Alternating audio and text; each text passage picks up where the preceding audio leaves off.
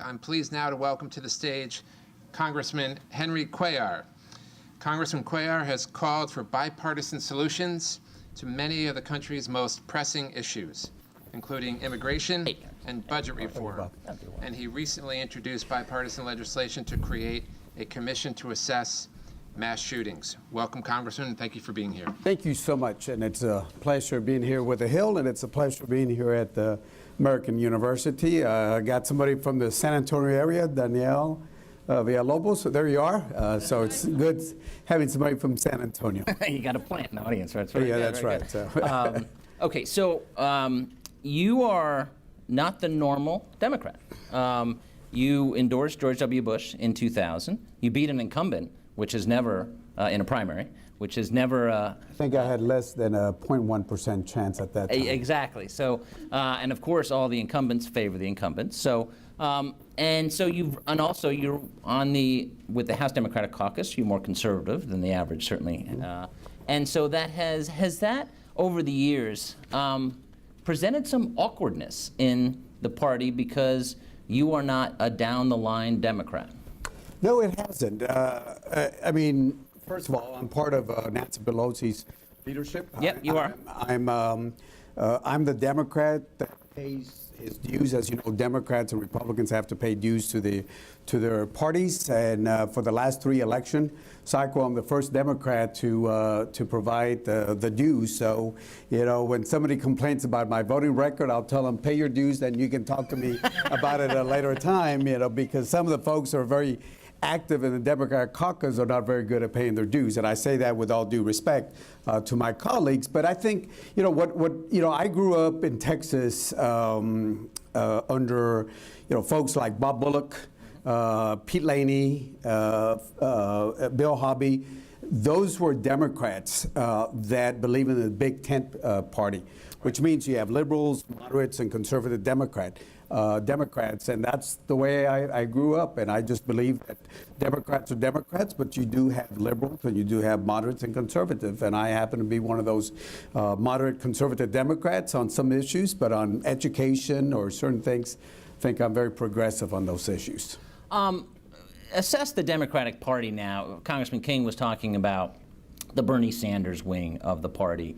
We're going to have... well, he's not a Democrat. No, he's actually still an independent. Yeah, he's independent on that. But they passed a rule he's going to have to declare himself a Democrat, it seems. We'll see if he does. But yeah, and we're going to have John Delaney on, who is already running for president. And he will probably be one of 27 Democrats, roughly, who run for president. Are you concerned with how the party, the left wing, has become a lot more powerful, where it seems like there are certain litmus tests, whether it's abortion, certainly single payer now has become more of a litmus test, that some centrists in the House that I've talked to are concerned that, centrist Democrats, is that really the pulse of the party has to be a big tent party, a blue dog party, so that's how you build majorities. And if you have all these litmus tests, well, then it's very difficult to get the majority. Right. Yeah, and I think they were talking about abortion being a litmus test. They were talking about taking no money from fossil fuel companies, and I think they reversed themselves on that. Yep. And this is one of the things I've told my party. I said, guys, the way you grow numbers is you add, you don't subtract. Right. And that's how you win elections, is by adding numbers. I never say anything to a progressive friend of mine, say, I like the way you vote. I do have some that do that to me. But I always explain to them is, it's a big tent party, and that's what we have. But, I mean, the Republicans have the same issue. They got their Tea Party folks that are very extreme. Democrats have some folks are pretty extreme on the left side. And a lot of times that's what the American public hears, the two extremes. And some of us are in the middle, they're trying to work things out, make it hard. It's hard for us because, you hear people all the time say, hey, bipartisan, be bipartisan. And the moment you vote with a Republican or do work on a deal with a Republican, they'll say, what are you doing voting with that Republican? Or what are you doing working with that Republican? And I've heard some of my Republican friends say the same thing is, they'll say, be bipartisan, and they work with a Democrat, and then they get criticized for working with the Democrats. So it's unfortunate, but I think the easy thing is just to go far left or far right. But I think the American public sent us here to get the things done, because this is why I've always, listen, if you are told to just answer one question, that is, you come to Washington and say, what does your party want you to do? Whether it's a Democrat or Republican, then it's easy. You can send anybody to Washington, because all they have to do is ask that one question. What does your party want to do? And I think there's times where my party's right, and there's some times that I disagree with my party. But at the end of the day, I will vote for my district. When I first got elected, you went into the history.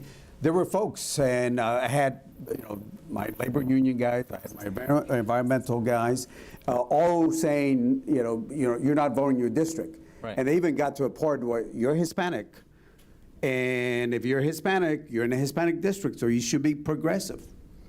I mean, literally, the folks were saying that, Okay. the national folks, and I just disagree. I mean, I think I know my district pretty well.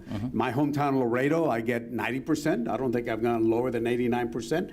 I've taken certain votes, and people, as long as you explain to people why you're doing this and what's your rationale, they respect it. They want you to represent their district. I don't think people want you to come up here and represent the party. I mean, I'm a Democrat, but I'm not here representing my Democrat Party. I'm here to represent the people that I represent. Speaking of your district, I was watching a special last night that focused on Will Hurd in Texas, and he was saying that what D.C. is focused on, the D.C. media too, is not what the constituents around the table. What are the issues that your constituents are talking? Are they talking about Russia? Are they talking about Robert Mueller? Those are some of the issues, but he's absolutely right. The issues that a lot of the Washington folks, what I call Washingtonize, the issues that we hear a lot. I mean, yes, those are important issues. But, when I go down there, I sit on the appropriations, defense and homeland security. And people, when I go there, is they want to talk about, hey, what are we doing to improve the things at the border? They're not talking about the wall. They're talking about bridges. We got, for example, Laredo handles 15,000 trailers a day. So as a Democrat, trade is very important. Right. 15,000 trailers. So what do they want to talk about? They're not talking about Border Patrol. They're talking about the men and women in blue, which is CBP officers. Or how do we move traffic a lot faster when you got 15,000 trailers a day? Or another thing, energy. In my area, I got the Eagle Ford, so energy is very important. And I've seen small communities grow, so they're talking about infrastructure. They're talking about healthcare. And my big thing has always been education to me. So I focus a lot on Pell Grants. Today we passed the Health and Human Services, where we increased the Pell Grant up more by $100 on the maximum. Pell Grants are important to me because my father and mother went only to a few years of education. They were migrant workers. In those days, the more hands you had, the more money you had. So they took them out from school to go work in the piscas, which means the fields, the agricultural fields. And my parents were just, they just got a few years of education. So they emphasize education, education, education. And that's one of the things I talk about. When I was in the state legislature, I was the chairman of public and higher ed. Those were the good old days in Texas, where 75% of all the monies went into education. We don't hear much about this, except some of the fights that we have here when it comes to education. So those are the issues that people want to talk about. They want to talk about. So Will is right. I mean, Will is right. A lot of the talking points are used here. I get them and just put them upside down, and I go and talk to and focus on the issues that are important to my district. And speaking of which, I know that you guys just voted on it, and you mentioned it as a member of the House Appropriations Committee, but there was a big bipartisan vote today to avoid a government shutdown. There will not be a government shutdown. In D.C., we joke around in our committee that there are Republicans in Congress, there's Democrats, and then there's appropriators. Because we do a lot of things in a bipartisan way. And if it wasn't for the party leaders on both the D's and the R's, we would get a lot of things done. The appropriation gets a lot of things done. In fact, if you look, you know, a lot of legislation doesn't pass, but the legislation that has to pass every single time is the appropriation bill. And in the old days, the appropriation used to be how much money do you add, how much money do you subtract. Now, almost every business group or other folks come and talk to us because they want to add language. We're not supposed to legislate in appropriations, but at the end of the day, there is a lot of legislation, especially in December when we do the final bill. And so the appropriation has now become the train that has to move, and therefore it's not only money issues, but there's a lot of policy writers. Is that the key, that it's must-pass legislation, or it's really an embarrassing thing for both parties? The shutdown is always embarrassing for both parties, whoever wins the battle. Or is it more about relationships on the committee? You know, what's the key to striking deals that, generally speaking, are not struck nowadays? You know, a lot of it is just relationships. You know, the old days we used to sit down and talk to people. In fact, you know, if you look at it, members are measured a lot of times how many pieces of legislation they file and pass. I have another measure. If you look at what I do in appropriations, I think I pass more than any other member of Congress in appropriations, or the writers, because in many ways they're like a piece of legislation. You put language, for example, Health and Human Services, we deal with the unaccompanied kids. Right. Okay? So in there, we added language about don't separate families, making sure you treat the kids with, provide them education, health care, and provide them, once they're in our hands, we got to provide them with the dignity and care that any child deserves. So we add the language there, and a lot of it is just by having those relationships. And when I first got here, I remember talking to my staff as a freshman. I said, hey, we got to get this done and this. Talk to the Democrats and the Republican staff. They looked at me because they worked for another member before I got in, and they said, Republicans? I said, yeah, Republicans on it. I mean, I'm just a big believer that you reach out and get things done. Give you an example. In Texas, the last Democrat that was a Secretary of State was myself, appointed by Rick Perry. Rick Perry, by the way, was a Democrat before he became a Republican. I think he switched in 1989 to run for Ag Commissioner against a very popular Democrat, Jim Hightower. Right. Rick was a Democrat and then a Republican, and his first appointment that he ever made, and his last appointment, I think, as a Democrat, was myself in 2001. So those were what I call the good old days of bipartisanship. And you still have a good relationship with him, right? Yeah, he just popped into my office the other day. Oh, really? And so, yes, I do. Oh, very nice. Yeah. Okay, so the big question heading into the midterms, one of them at least, is the House going to flip to the Democrats? It will flip. Yeah. Okay. Well, I mean, you never know. I think Peter's right. It's, between now and election time, it's a century in political years. Sure. A political time. So, but I think all the indicators show that they will flip. What the Republicans have is they did a very good job at redistricting, where they make their district very Republican. So it's got to be a pretty strong number on that.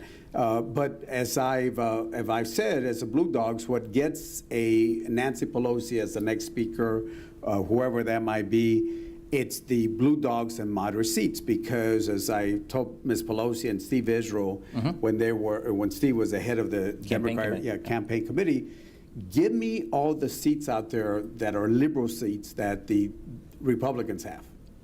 None. So the seats that we have to get the Republicans, you got to have a Democrat that fits that district. And if that member or that candidate is a moderate or conservative, then let that person do what he or she has to do to win that district away from a Republican itself on that. And that's the bottom line. I mean, and this is why I tell my progressive friends, so guys, Pelosi didn't become speaker by winning all these liberal seats. It was, at that time, Blue Dogs, we had 54 Democrats. When we lost the Blue Dogs, we lost the majority, point blank. So, and this is why it's got to be the Big Tent theory. If you're a liberal, that's good. If you're a conservative Democrat, that's good. But you got to work together on that. And what happens is there's a lot of purifying on both sides. The Republicans saying, oh, that person is not Republican enough, run a primary. And, to me, it's happened more than once. My first year I ran against incumbent. The second time they said, oh, how did he win? So they went after me. I mean, they spent millions of dollars against me because they felt that I was a Hispanic, quote, a Hispanic in a Hispanic district, therefore I have to be a progressive to be in this seat. That was 14 years ago. And you have this purification effort by both parties that the only way, I mean, I've seen that, oh, we're gonna primary Henry, and we're gonna primary Henry, we're gonna primary Henry, but again, I think I know my district pretty well. We're going to open up for questions. I do want to ask you, though, the magic number for Democrats to win back the House is 23. We've written that the magic number for Nancy Pelosi to be Speaker is probably closer to 35 because there are some candidates and some members who said, I'm not going to vote for her. Right. Do you think, and while she may not have the votes now or maybe right after the election, there really is no one close to how many votes she has. There's not a close second. So do you think when the dust settles, if Democrats win, that she'll end up being the Speaker? I've learned one thing about Nancy. Her politics is very different from mine. But I've learned that she can work with blue dogs, and I've seen that because I've sat down with her in many meetings on that, and I see her the way she interacts. I would not put my money against Nancy Pelosi. I mean, she's good. She really is. She knows how to count votes. She knows how to count votes. I would not put my money against her, and certainly, I'm a blue dog. I'm in her leadership, and I've been part of her leadership for years. And part of it is I've gone to know her. And again, first thing first, win. Then we can worry see about what happens. Then right. we can talk about that later. Yeah. Okay. We'll open up for questions. Hey, hold it. Peter King didn't have that many questions. Hey, by the way, I'm not here to fact check Peter King. I mean, I'm just kidding. I told him I was here to fact check. He is a good member, and I enjoyed working with Peter King. He's a good man. I'll let y'all decide. We talked a lot about voting, and yesterday was absentee voting registration at AU. So with this new generation of millennials going to vote and all these mass movements of voting of young voters, do you see the future of politics going more like the millennial generation being more open to bipartisanship, or do you think we're going to be more polarizing of the political? That depends on the young folks on it. And, I got two daughters, 20 and about to 21, and one that just turned 25. And Saturday, I was in Laredo, and I had just talked to the law enforcement, the state convention of law enforcement there. And then my daughter in the afternoon says, Dad, I need for you to drop me off at Beto O'Rourke's campaign because I want to be there. And I said, well, if I'm taking you, then I'm showing up. And I ended up introducing Beto O'Rourke. He's a friend of mine. And the energy there, I mean, there were different folks there, but the energy from the young folks are just amazing. As an example, y'all can play a role. I went into a Starbucks 2 Saturdays ago, Saturday and Sunday. And so I show up and lined up there were laptops. And they had low ear sets, and it was young people calling on behalf of Beto O'Rourke. They were what they call pop-up offices, campaign offices. We're used to renting an office and doing all this, and it was just this new, innovative, and it was the young folks. So the future depends on you all. And I always encourage people, get involved. When I ran, I was a young one, and they said, hey, you're too young to run for state rep and then congressman. And but I always encourage the young people, go vote, but get involved in races and be the candidate also.